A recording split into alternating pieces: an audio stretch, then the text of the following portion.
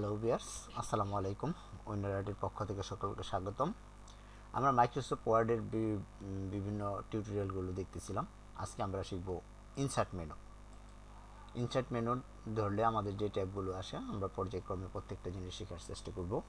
Insert menu একটি গুরুত্বপূর্ণ বিষয়। ইনসার্ট মানেই আমরা সবাই জানি প্রবেশ করানো।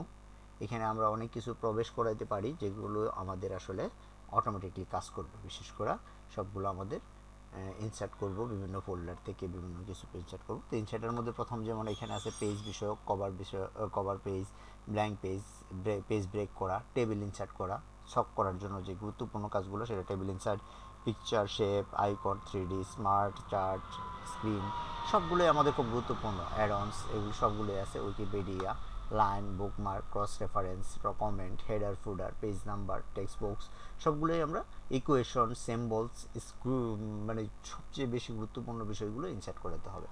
তো আমরা প্রথমে একে একে দেখে যাচ্ছি কতটুকু দেখা যায়। আজকের ভিডিওতে আমরা 2-3টা জিনিস দেখব।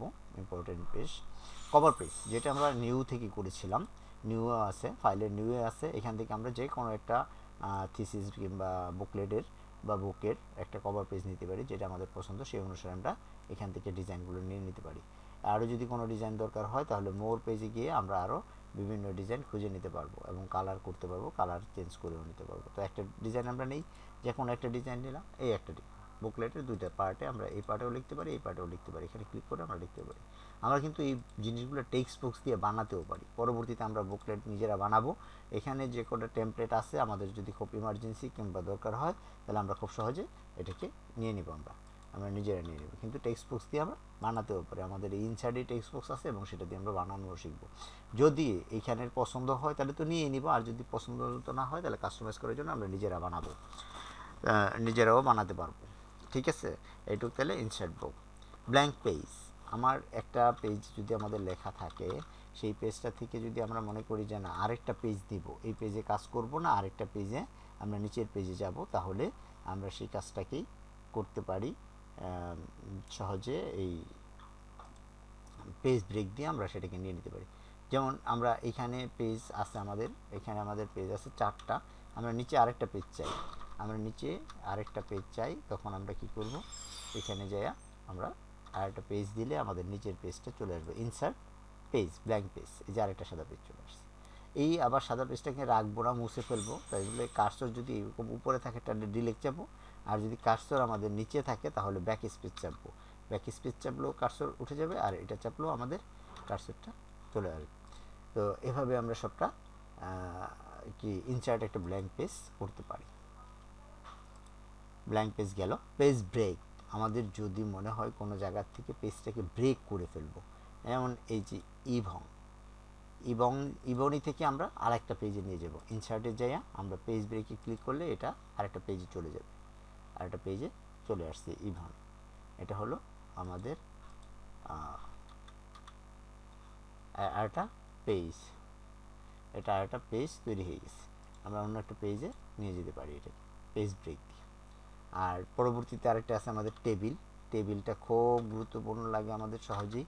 তাহলে আমরা বুঝতে পারলাম তো যে পেজ ব্রেক করতে পারি, কভার পেজ নিতে পারি, ব্ল্যাঙ্ক পেজ নিতে পারি। ব্ল্যাঙ্ক পেজ নিলেও আরেকটা পেজ আসবে, পেজ ব্রেক করলেও আরেকটা পেজ আসবে। পেজ ব্রেক এবং ব্ল্যাঙ্ক পেজ প্রায় একই রকম, কিন্তু একটু ভিন্নতম। পেজ ব্রেক যেখানে করা হবে পরবর্তী পেজটা ওটাকে ছুবে না, ওটা আরেকটা পেজে চলে যাবে। আর দুইটাকে উঠানোর জন্য উপরে কার্সর রেখে ডিলেক্ট, আর যদি কার্সরটা নিচে থাকে তাহলে ব্যাক স্পেস করে পেজ ব্রেক উঠানো যায়। শুধু পেজ ব্রেক কিংবা ব্ল্যাঙ্ক পেজ নিলেও হবে না, সেটাকে যদি কখনো মুছার প্রয়োজন হয় তাহলে আপনি আবার মুশকিলে পড়ে যাবেন। এই জন্য মুছার কৌশলটা তো আমাদের জানা থাকতে হবে। তো আমরা পেজ ব্রেক এবং কভার পেজ, পেজ ব্রেক এবং ব্ল্যাঙ্ক পেজ নেওয়া শিখলাম। আজকে আরেকটা গুরুত্বপূর্ণ জিনিস শিখবো আমরা, টেবিল করা। টেবিল করাটা আমরা আগে শিখি, তারপরে আমরা সেটাকে, আমরা টেবিলে সাধারণত কি থাকে, রো এবং কলাম। তো আমরা এই টেবিলে ক্লিক করার পরে কয়টা রো নিব, কয়টা কলাম নিব এবং কয়টা রো নিব, এটা আমরা এখান থেকে সিলেক্ট করে দিলে আমাদের টেবিল চলে আসে। আমরা এখানে আমাদের টেবিলটা করতে পারি, সহজেই করতে পারি। SL number, SL long, description, আমাদের ডাটা করার জন্য ডিসক্রিপশন অ্যান্ড অ্যামাউন্ট, আমরা ডাটা করার জন্য এই ধরনের টেবিলগুলো সিলেক্ট করে থাকি। এই টেবিলটাকে আমরা টেনে ছোট, কোনো একটা কলামকে ছোট, কোনো একটা রোকে ছোট বড় করতে পারি। আবার এটাকে আমরা এই যে আমাদের প্যারাগ্রাফের অ্যালাইনমেন্টের মাধ্যমে আমাদের এইগুলো সিলেক্ট করতে পারি। আমার যখনই কোনো কিছু প্রয়োজন হবে আমরা ওইভাবে ডাটাগুলো সহজেই করে ফেলতে পারি। আবার এখন দেখেন এখানে যদি আরেকটা রো এর প্রয়োজন হয় তাহলে আমরা কি করব, আবার এখানে ইনসার্টে যাইয়া এখান থেকে আবার একটা রো নিয়ে আবার ইনসার্ট করব, ওইভাবে আমরা করব না। আমরা এই লাস্ট যেই সেলটা এখানে রাখা একটা আবার টেপ চাপলেই লাস্ট সেলটার উপরে টেপ চাপলেই রো বেড়ে যাবে। এখন আমাদের এইখানে কলাম এইভাবে ভার্টিক্যাল ভাগকে কলাম বলে, ভার্টিক্যাল ভাগকে কলাম বলে। এখানে আমাদের 3টা কলাম আছে।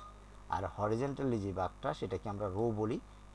এখানে আমাদের কটা রো আছে, 1 2 3 4 5 6টা রো আছে।